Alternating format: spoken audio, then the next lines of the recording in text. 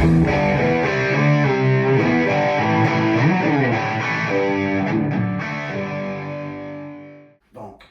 bonjour tout le monde, bienvenue sur ma chaîne. Les ateliers guitare. J'espère que ça va se passer dans une bonne ambiance. Donc alors, aujourd'hui, je vais commencer par tout ce qui est basique. Je vais faire 2 épisodes basiques. Je suis sûr que ce que je vais vous dire, peut-être vous le saviez, peut-être vous ne le saviez pas, mais en tout cas, je vais le partager. Donc, la première des choses qu'on va commencer, c'est la maintenance. Bon, pour commencer, la poussière. Est-ce que la poussière affecte le son? La réponse est oui. Pourquoi? Parce que tu penses que les micros, ils captent ça. Ils captent ce son. Non, les micros, ils captent les waves. S'il y a trop de poussière ici, bah, ça va gêner un petit peu les waves à être parmi ou à arriver au micro plus ou moins.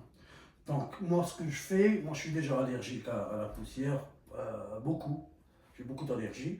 Donc j'ai juste une brosse à peinture très légère et rapidement je fais pa et voilà, done deal. Alors ça c'est ce qui concerne la poussière. Next, on va faire le nettoyage du corps. Tu me dis pourquoi tout ça? Bah, écoute, il y a des gens qui s'en foutent si la guitare elle est dégueulasse, plein de sueur. Il y en a d'autres. Moi j'aime pas, j'aime bien quand je prends un instrument, il est tout clean et je sais pas, c'est comme ça. Donc qu'est-ce que tu peux utiliser comme nettoyant? Tu peux aller chez Rock Emma et acheter les Dunlop, petites bouteilles à 200 dirhams chacun, ou 170, j'ai juste googlé ça rapidement, tu peux faire ça. Ou bien tu peux prendre juste un nettoyeur de fourniture léger, pas abrasif, pas trop de produits chimiques. Parce qu'en fait, si tu n'utilises pas quelque chose comme Javel ou savon, je sais pas quoi, non. Donc, il faut un nettoyeur de bois léger. Pourquoi léger? Parce que ça dépend de ce qu'il y a comme finish sur ta guitare. Si c'est le polyuréthane, si le nitrocellulose, il faut faire très attention. Alors, le manche, ne pose jamais une guitare comme ça sur quoi que ce soit. Jamais. Ou comme ça. Sur un ampli ou sur je ne sais pas, une table, jamais comme ça. Pourquoi? Eh ben, tu vas mettre des dents sur le manche, la manche. Et ces dents-là, pour les enlever, ça nécessite un travail, un travail très difficile. Il faut s'entraîner avant de le faire. Ça nécessite de la vapeur, un fer à souder et une serviette mouillée, c'est catastrophe. Je l'ai fait, je fais des ateliers, j'ai appris comment faire. Alors, et non seulement ça, quand tu as des dents sur le manche, eh ben, tu perds la valeur de l'instrument, généralement. Là, on va passer au nettoyage du fretboard. Nettoyage du fretboard, tu peux utiliser le même nettoyant. Un nettoyant de fourniture. Si c'est juste un petit peu... c'est juste la grime, un petit peu de sueur. Dans le cas contraire, si tu n'as pas nettoyé ton fretboard pendant 10 ans et tu as ce qu'on appelle des lignes de crasse, ça ne va pas les enlever, ça nécessite ce qu'on appelle un fretboard work. C'est un autre travail. Tu enlèves bien sûr les cordes. Et, dans ce cas-là, on va utiliser un rasoir ou même steel wool, Gix. C'est un autre atelier. D'accord? Là, on va passer à la prévention. Un petit exhibit pour 2 guitares les plus populaires. Strat Style, Strat Plus et Les Paul. Donc, si tu as une Les Paul, il faut faire très attention. Si tu as une Epiphone, tu dois faire très attention. Pourquoi? Je l'explique. Alors, si je prends la guitare comme ça, ces guitares-là, les Les Paul, sont connues pour craquer, péter au pac, ici. Tu vas me dire, mais pourquoi? Je vais te l'expliquer. Alors, si tu regardes bien la guitare, tu vois que le headstock, la tête, elle a un angle. Tu vois bien l'angle. Ah bah cet angle-là, il est de 17 degrés. Tu rajoutes à cet angle-là 17 degrés la tension des cordes. Si la Les Paul tombe juste comme ça, ou juste un petit coup comme ça à droite et à gauche, ça snap ici. Et pourquoi ça snap? Parce que la tige de renfort, comme tu le vois ici, elle est là. Alors, ici, il y a un creux. Ce creux affaiblit cet endroit considérablement, ici. C'est là, dans les Les Paul, c'est la partie la plus vulnérable, c'est ici. Parce qu'ils étaient obligés de faire un creux pour mettre la tige de renfort, Truss Rod. Ça a laissé cet endroit le plus fragile. Si tu as remarqué ici, une Strat Style n'a pas cet angle-là. Voilà. Tu vois, headstock, il est droit. Donc, celle-là, elle a moins de risque de se casser ici que les Les Paul. Epiphone, par contre, les Epiphones, ils ont un angle de 14 degrés. Moins sévère que la Gibson. La Gibson, elle fait 17 degrés. Comme tu le vois dans cette photo, je vais essayer de garder, voilà. Tu vois l'angle, 17 degrés, carrément.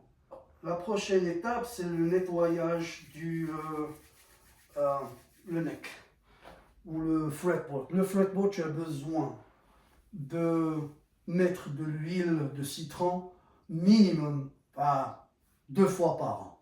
Si tu dois le faire, oui, tu dois le faire. Parce que le palissandre, autant que bois, il s'assèche. Et quand il s'assèche, il commence à se fissurer.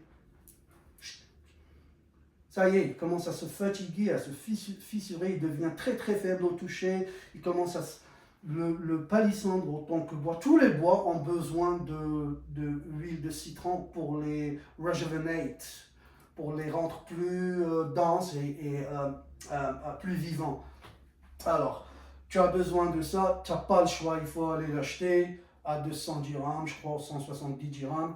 Et comment tu l'utilises? Tu enlèves les cordes bien sûr, tu nettoies le fretboard, tu le nettoies clean, et après tu mets l'huile de citron, tu mets, et tu attends. Et tu vas voir comment le bois va comme une éponge, va absorber cette huile s'il est asséché.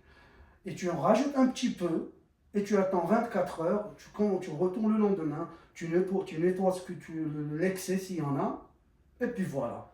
2 fois par an, le manche va rester non seulement en bonne santé, mais aussi, plus le manche il est asséché, plus il est vulnérable aux craquures et tout ça. Même le finish, il peut craquer avec, si le climat est très sec.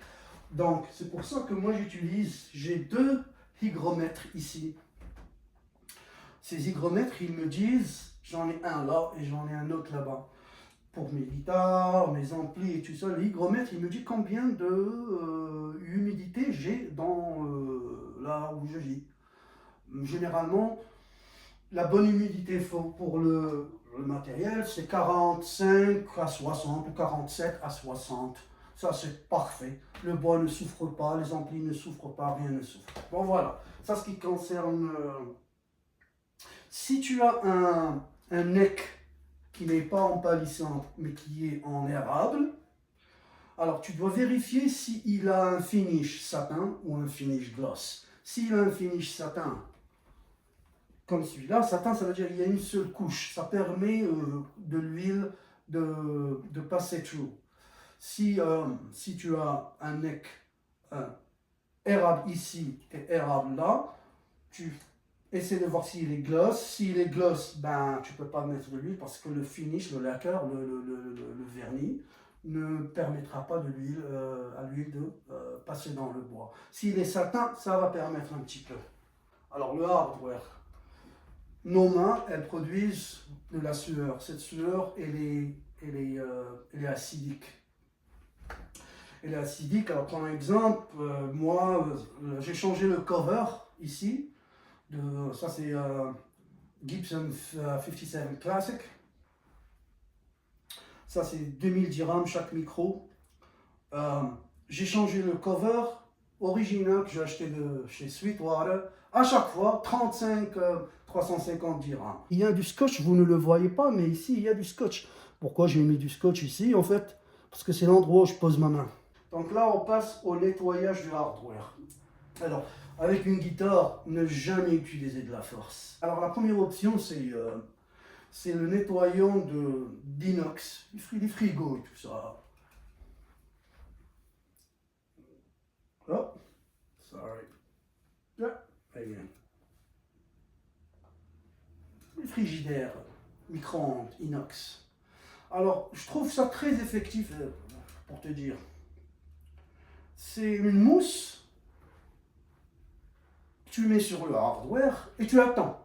Et qu'est-ce qu'elle fait? Elle fait qu'est-ce qu'elle fait? Elle déstabilise la rouille et tout le reste. Et après, tu en mets, prends un exemple sur le... Ça, c'est l'option easy. Tu en mets sur le... Bien sûr, tu as enlevé les cordes. Tu en mets sur le bridge. Tu attends quelques... je sais pas, une dizaine de minutes. Une minute. Tu prends un...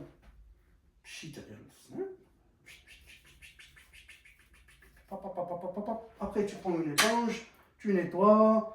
Un chiffon, tu nettoies encore plus. Et tu remets tes cordes. Bon, j'enlève tout. Et tu n'as pas besoin de toucher le réglage, la hauteur, left and right. Parce que les pontées, il y a la longueur vibrante, le réglage de la longueur vibrante et de la hauteur. On est bien d'accord sur cela. Donc, ma méthode préférée, c'est j'enlève tout. Les vis, le hardware, tout. S'il y a de la rouille ici, j'enlève. S'il n'y a pas de rouille, je nettoie, je laisse tranquille. Alors, généralement, c'est le bridge. Je prends le bridge, je prends un récipient en plastique, quoi que ce soit flat, un Tupperware en plastique, je mets du vinaigre jusqu'à certaine hauteur pour submerger le bridge. Je mets le bridge dans le vinaigre pendant 3 heures et après cela, sans effort, sans rien, je rajoute du bicarbonate de sodium. Alors le bicarbonate de sodium, il est alcaline, le vinaigre, il est acidique, ça crée une réaction, chain reaction, électrique, comme plus un minus plus, moins un plus. Et tu vas voir une effervescence qui va faire... Bon, il ne faut pas trop mettre de bicarbonate. Tu rajoutes à fur et à mesure jusqu'à ce que les bulles s'arrêtent. Tu la laisses pendant 3 heures et tu vas voir comment tout va descendre sans aucune brosse, sans rien. Tout descend, tout ce que tu vas faire, c'est de nettoyer et de remettre. Et ça dure. Moi, j'ai eu de bonnes expériences, de bons résultats, pardon. La question, caisse ou gig bag? Moi, personnellement, je préfère la caisse. Parce que ça me permet peace of mind. Ici, je suis tranquille. Que ce soit mettre la guitare dans la voiture, ou dans un gig, ou dans un bar, dans un club, ou n'importe. La caisse, moi, je reste tranquille. Le gig bag, c'est bien. Parce que la caisse, elle protège du climat, elle protège de tout. Le gig bag, il protège du climat, mais il ne protège pas vraiment d'un coup. C'est une protection, mais ce n'est pas une 100% protection, pour te dire. Toutes mes guitares là-bas ont des caisses. Donc, alors, cette cette vidéo est terminée. Mais si tu t'as aimé, press the like, subscribe button. Je vais faire d'autres vidéos. Ceci, c'est juste le plus facile. Et ça va aller jusqu'à très difficile. Overdrive, circuit, c'est quoi le clipping, c'est quoi le buffer, qu'est-ce qui se passe quand tu mets 3 pédales, qu'est-ce qui se passe quand tu mais 6 pédales, qu'est-ce qui se passe avec multi-effet, c'est quoi le FX loop, c'est quoi les lampes, les amplis-lampes, le pailleuse, le voltage, on va faire de tout. J'ai commencé avec le plus basique, je vais faire une ou deux autres basiques, le bois, l'impédance, et après on va passer au chaud. D'accord? Ah ben merci de regarder mon atelier et à la prochaine. Bye bye.